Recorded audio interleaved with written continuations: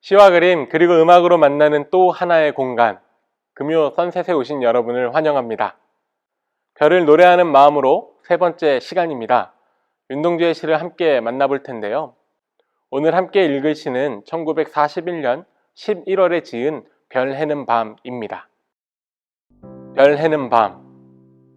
계절이 지나가는 하늘에는 가을로 가득 차 있습니다. 나는 아무 걱정도 없이 가을 속의 별들을 다 헤일 듯 합니다.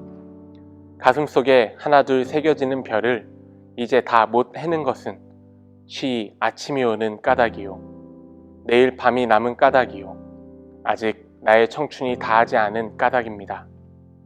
별 하나의 추억과 별 하나의 사랑과 별 하나의 쓸쓸함과 별 하나의 동경과 별 하나의 시와 별 하나의 어머님,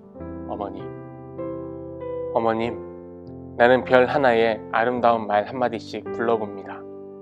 소학교 때 책상을 같이 했던 아이들의 이름과 폐, 경, 옥 이런 이국 소녀들의 이름과 벌써 애기 어머니 된 계집 애들의 이름과 가난한 이웃 사람들의 이름과 비둘기, 강아지, 토끼, 노새, 노루, 프란치스 잠, 라이너 마리아 릴케 이런 시인의 이름을 불러봅니다. 이네들은 너무나 멀리 있습니다. 별이 아스리 멀듯이. 어머님, 그리고 당신은 멀리 북간도에 계십니다. 나는 무엇인지 그리워 이 많은 별빛이 내린 언덕 위에 내 이름자를 써보고 흙으로 덮어버리었습니다. 나는 밤을 새워 우는 벌레는 부끄러운 이름을 슬피하는 까닭입니다. 그러나 겨울이 지나고 나의 별에도 봄이 오면 무덤 위에 파란 잔디가 피어나듯이 내 이름자 묻힌 언덕 위에도 자랑처럼 풀이 무성할 계획다. 별 하나의 추억과 별 하나의 사랑과 별 하나의 쓸쓸함과 별 하나의 동경과 별 하나의 시와 별 하나의 어머니. 우리가 너무 잘 알고 있는 구절이죠. 별마다 아름다운 말 한마디씩 붙여 노래했던 오늘의 시 별 해는 밤은요, 윤동주가 1941년 11월 5일 연희전문학교 4학년 마지막 학기 졸업을 앞두고 졸업작품과 같은 시집을 완성하고자 적은 시입니다. 여러분은 고등학교를 졸업하며 대학과 직장을 선택하실 때 어떤 고민으로 학교와 직장을 선택하셨나요? 저마다 거는 기대와 저마다 그리는 미래를 향해 선택하셨을 것입니다. 윤동주 역시 연희전문학교를 입학하며 기대한 미래가 있었습니다. 연희전문학교가 어떠한 곳인지 묻는 후배 장덕순에게 한 대답이 그 기대를 잘 표현하고 있는데요. 문학은 민족 사상의 기초 위에 서야 하는데 연희전문학교는 전통과 교수 그리고 학교의 분위기가 민족적인 정서를 살리기에 가장 알맞은 배움터이다. 윤동주는 민족 사상의 기초 위에 서 있는 문학을 위해 연희전문학교에 입학하였던 것 같습니다. 윤동주의 아버지는 그가 의과에 지망하기를 요구했지만 윤동주는 밥을 굶으면서까지 문과 지망을 고집해 결국 문과에 진학했다고 전해집니다.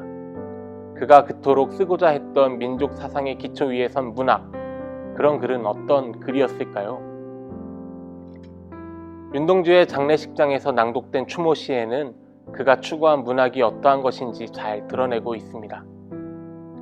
차디찬 하숙방에 한솥밥을 노느며 시와 조선과 인민을 말하던 시와 조선과 인민과 죽음을 같이 하려던 내 벗들이 여기와 기다린 지 오래다. 차디찬 하숙방일지라도 시로 나라와 함께 살아가는 이들의 현실과 죽음을 같이 하려 했던 윤동주는 신명지 하에서 가난과 아픔과 외로움 속에 처한 현실을 보고 늘 함께 괴로워했습니다. 그들과 함께 괴로워하고 그들을 위로하는 것, 이것이 윤동주가 문학을 통해 이루고자 했던 꿈이었습니다. 뜻하지 않은 고난과 이유 모를 아픔과 서러움에 처한 이들과 함께 괴로워하기로 한 윤동주가 선택한 위로의 방법은 어떤 것이었을까요? 그의 또 다른 시 병원에서 그 마음을 느낄 수 있습니다. 1940년 12월 윤동주의 시 병원입니다. 살구나무 그늘로 얼굴을 가리고 병원 뒤뜰에 누워 젊은 여자가 흰 옷 아래로 하얀 다리를 드러내놓고 일광욕을 한다. 한나절이 기울도록 가슴을 앓는다는 이 여자를 찾아오느니 나비 한 마리도 없다. 슬프지도 않은 살구나무 가지에는 바람조차 없다. 나도 모를 아픔을 오래 참다 처음으로 이곳에 찾아왔다. 그러나 나의 늙은 의사는 젊은이의 병을 모른다. 나한테는 병이 없다고 한다. 이 지나친 시련, 이 지나친 피로, 나는 성내서는 안 된다. 여자는 자리에서 일어나 옷깃을 여미고 화단에서 금자나 한 포기를 따 가슴에 꽂고 병실 안으로 사라진다. 나는 그 여자의 건강이, 아니 내 건강도 속히 회복되기를 바라며 그가 누웠던 자리에 누워본다. 윤동주는 시 병원에서 찾아오는 이 나비 한 마리도 없는 외로움, 아픔을 간직한 한 여인에 대한 관찰을 1년을 통해 표현합니다. 그리고 이어지는 2연에서는 시인 자신의 내면에 대한 문제를 드러내 보여줍니다. 그에게 내려진 처방이 지나친 시련, 이 지나친 피로, 나는 성내서는 안 된다라고 하니 윤동주의 아픔 역시 이유 모를 가슴앓이였던 것 같습니다. 화자가 병에 걸려 아픔을 느끼고 있지만 더 심각한 문제는 나를 진료하고 있는 의사 역시 타자의 병을 진단할 수 없을 정도라는 것입니다. 어쩌면 의사도 병에 걸려 가슴앓이를 하고 있는 것은 아니었을까요? 모두가 환자인 병원 같은 세상을 살아가고 있는 것 같습니다. 병의 원인을 모르고 아파야 하는 화자의 심세는 가슴을 앓는다는 이 여자의 아픔과 맞닿아 있습니다. 그래서 그녀가 누웠던 자리에 누워봄을 통해 자신과 그녀의 아픔을 공감해 봅니다. 화자는 타자를 통한 같은 아픔을 통해 같은 마음을 느낍니다. 그런데 윤동주의 병원에서는 같은 아픔을 가진 여자와 화자가 마주하지 않습니다. 화자는 그저 거리를 두고 병실 안으로 사라지는 여인을 바라볼 뿐입니다. 그리고 그 여인이 떠난 자리에 화자는 누워봅니다. 타인을 사랑하면서도 거리를 두고 있는 윤동주의 태도는 나도 아파보아서 알고 있다거나 나도 경험해보았던 병이라거나 이겨낼 수 있어, 회복할 수 있어 라는 섣부른 위로의 말이 아니었습니다. 쉽게 내뱉는 사랑 고백이나 쉽게 표현하는 타자의 공감이 아닙니다. 아픔을 가진 너와 아픔을 가진 내가 아픔을 공감하며 위로할 수 있는 것은 함께 아픔의 자리에 서 있는 것임을 윤동주는 깨달았습니다. 모두가 병원 같은 세상에서 우리는 어떤 위로를 받고 또 어떤 위로를 전하며 살아가고 계십니까?